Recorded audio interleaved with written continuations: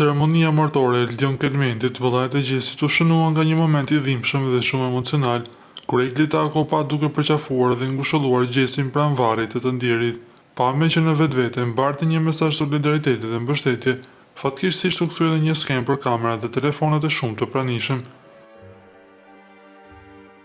Në një fotografi të publikuar nga ceremonia, shihet qartë se dhjetra persona në vend që të respektonin privatësinë dhe dhimbjen e familjes, mbanin celularët e tyre në duar duke filmuar apo fotografuar këtë moment. Ngjarja është cilësuar nga shumë njerëz si e papërshtatshme dhe e gabuar, duke theksuar se një varrim nuk është vënë për të bërë regjistrime apo për të ndarë momente intime të dhimbjes së dikujt. Shumë reagime në rrjetet sociale dënuan këtë sjellje, duke quajtur jo vetëm mungesë respekti për Gjesin dhe familjen Kelmendi, por dhe një tregues shqetësues të mënyrës se si teknologjia shpesh të i kalon ndjeshmërinë njerëzore.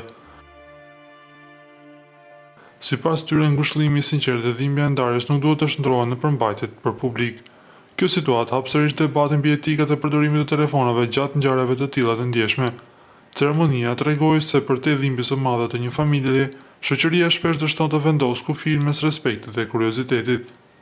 Përqafimi mes Gjesit dhe Eglit mbeti një moment i sinqert dhe prekës, por u errësua nga dhjetra kamera që e kthyen dhimbjen në spektakël.